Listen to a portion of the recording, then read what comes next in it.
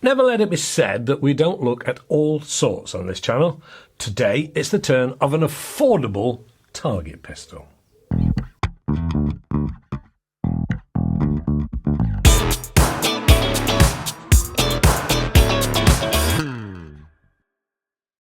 Hello and welcome to AAR on Air. Yes, today it's the turn of the PP20 from Snowpeak, who do seem to be shaking things up a little in the airgun world. Just take a look at this. Oh, stats and walk around, shall we?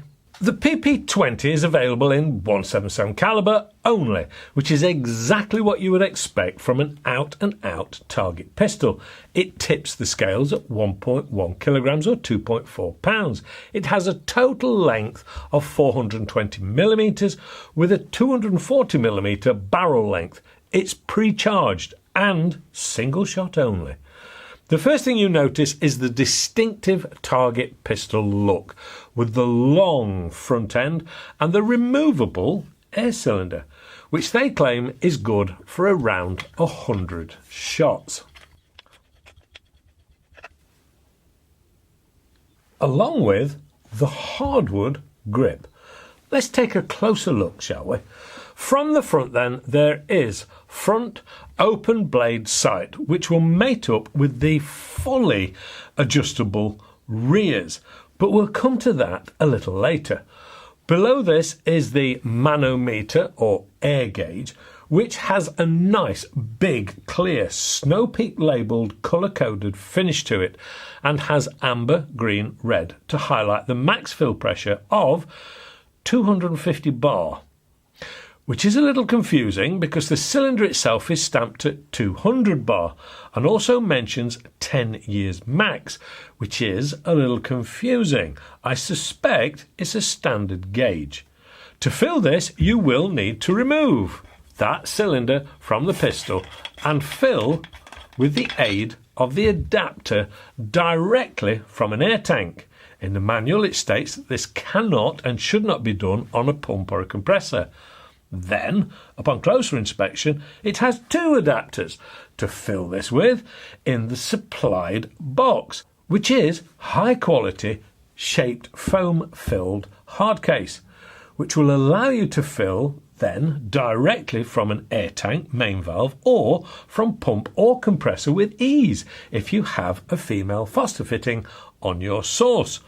All of this lot said, this is a single shot and not aimed at just firing off as many shots as you like on a plinking tin can session in your back garden. So, if you stick to a 200 bar rather than a full 250, it's no big deal, in my opinion.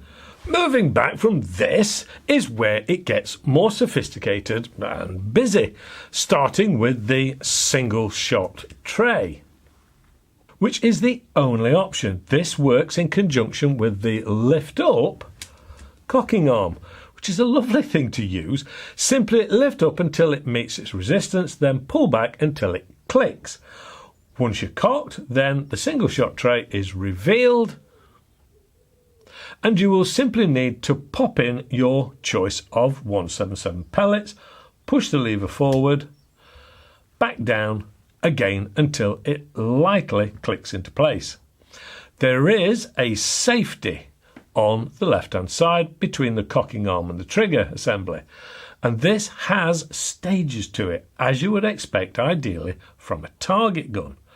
Full fire mode, which is opted for by pushing the safety all the way forwards, or full safe by pulling the lever all the way back up. If it has been cocked, this will still release the trigger, but not actually fire, allowing you to practice and adjust the trigger without firing or using air. It does seem like Snowpeak mean business these days. Then we have the trigger with more adjustment than a Savile Row Taylor, and what a delight to use. The first stage is adjustable from 300 to 700 grams pull, and the second stage will go down from 300 grams down to as little as 50 grams. Blimey, just don't breathe too heavily. The grip, as we have already said, is a hardwood, right-handed shaped grip, which, whilst adjustable on the bottom, will need some carpentry to get it perfect.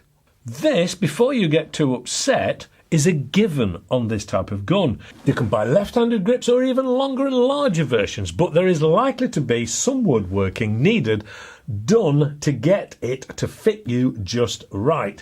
Heck, I've seen people moulding their hands in blue tack on the grips to get it right and then transferring that over to the wood.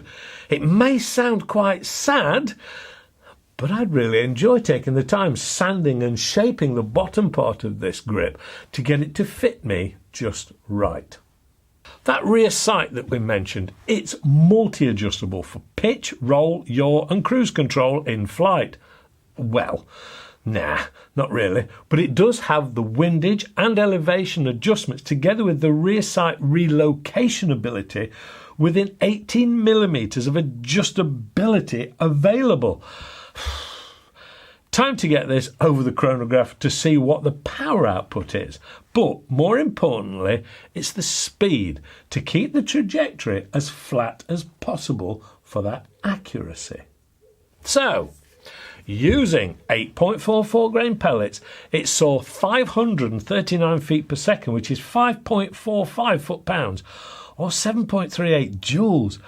I thought I'd try some lighter pellets, so I tried the 7.26 grain, and it saw a healthy 577 feet per second, which is 5.37 foot-pounds or 7.28 joules. Pleasing results, mainly around that feet per second, ensuring a flatter trajectory, aiding accuracy, as we've already said.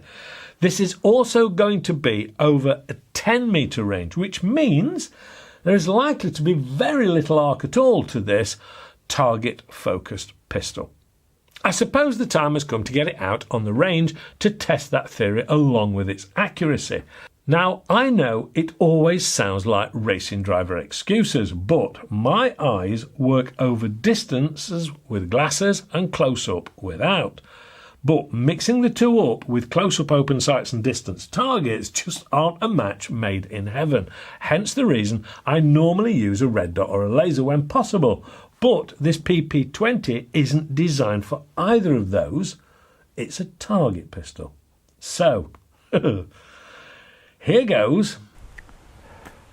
Snow Peak model PP20 is a target pistol. It's an out-and-out target pistol. Now, pistols and me, as we've already said, don't necessarily mix that well. What I've actually done with this, and I'd love to play about with it, but it's not mine, so I'm not about to start ripping the stock and everything apart and adjusting it. But I would love to get it to fit me properly, because at the moment it doesn't quite. Now, what I'm trying to do here, I'm trying to test the pistol. I'm not trying to test my skills. So I'm going to put it on a rest. We're out at 10 meters. I am actually using the cheapest Excite flathead pellets that I have got. I was looking for some flatheads and I thought, you know what, let's just see what it can do. Let's just put it through its paces as well by upsetting it with pellets. So it is single shot. You pop it in the top of the tray. It's a bizarre thing to shoot because it's designed, I know you should be stood like this. I am going to rest for the reason I've already said. I've shot it, I think I've shot 4 pellets through it. I haven't adjusted the sights or anything. I've shot 4 pellets through it and I was shocked. I was seriously shocked. This is a budget version of this sort of thing. You can spend thousands on these. I'm hoping it wasn't a fluke. Let's have a go down there, 10 meter range. It's the first dry day we've had, or the first dry part of a day, because it's been slinging it down this morning. But now what's happened is the wind's got up. So it's not really fair from that point of view. But anyway, racing driver excuses to one side. Let's just have a look and see if I can hit anything.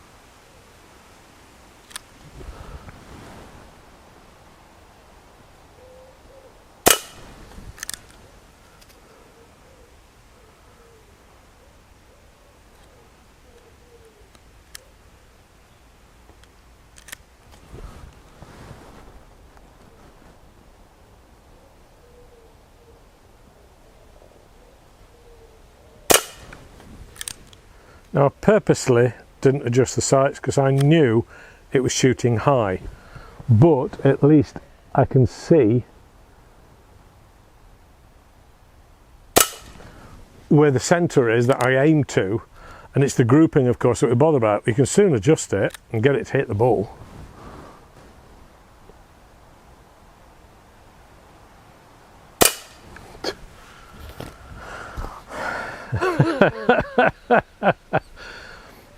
It's windy conditions, it's outside, it's something that it's actually starting to leave a dent in my hands because it's not comfortable enough. Yeah, I'm resting it, I realise that, but just look at those results. Let me just go and get them. Now they're all starting to obliterate in the same area. Now the thing that I did earlier on, the first time I actually got it out, was that. And all bar one was going through the same hole, it just wasn't on camera. It's always a little bit more pressure on when you're on camera, but come on. Yeah, I know it's rested, yeah, all of those things, yeah. But this is a budget version of it, for goodness sake, it's actually mimicking everybody else's. But for 400 quid, I think that is absolutely superb. I haven't adjusted the trigger, I haven't even adjusted the sights, I haven't adjusted anything. I've pulled it out of the box, you know, drive what you brung, as it were. And that's exactly what I've done. And this is capable of some serious accuracy. Yeah, that is, I would definitely say that is a serious target pistol, even on a budget. You know what, if you took it to a competition, if you were any good yourself, this would actually make you look just as good, if not better. It's nice, it's a pleasure to use, to be fair. Even if all you did was just use it for your own pleasure. It's a powerful thing, it's going to give you a flat enough trajectory, and even, yeah, you can see the wind, even on a windy day, it is still producing excellent results. On a calm indoor range, which I was thinking of putting it in, but then the sun came out, a calm indoor range, you would be putting pellet on pellet. It's through the same hole nearly every time, I would anticipate. I think that is really superb. And cheap pellets. Terrific. Very, very nice. Back to the studio. I must admit, when using this, it definitely has that made for a purpose feel to it and is designed to do just what it's being used for. I have no doubt in my mind that a more accomplished and less visually challenged individual would have better results than I've achieved. And yes, I rested because I'm trying to test the gun, not my skills with a pistol. But one thing for sure, it does help you get some of the best results and complements you exceptionally well. It's a nice piece of kit. You really shouldn't get the impression that this is straight out of the box and use pistol, because it's not. It will need some fettling and sorting to get it to fit the individual, which to my mind is part of the whole experience. I've seen some target-focused guns looking like they're held together with sticky tape, glue and goodwill, but it's all about that personal feel and getting that maximum out of pistol and shooter. To be honest, it's all good news with the PP20 because it is capable of getting you into a specific arm of the sport and with the ability to achieve great results with its adjustability, power and accuracy, but at a budget that isn't likely to cause the other half to accuse you of family financial ruin, because at less than £449 UK, I've seen more expensive handbags, and what use are they down the local range? I say less than 449. I believe that Vector Air have got them for a fair bit less than that at time of going to press. This is a really nice discipline and has a more sedate feel to it and will help calm and relax the most stressed of individuals. But be warned, it also has an effect on the space-time continuum. And time will just disappear from your day at an astounding rate as you're out in the fresh air or in the comfort of your own range when using this. Nice. Time to get your clicker thing ready. Thumbs up, please. Subscribe if for some strange reason you haven't yet. Give the guys at Airgun Factory a look over and join in the chat. They do a really great job under immense pressure. There is the AAR website for all kinds of things.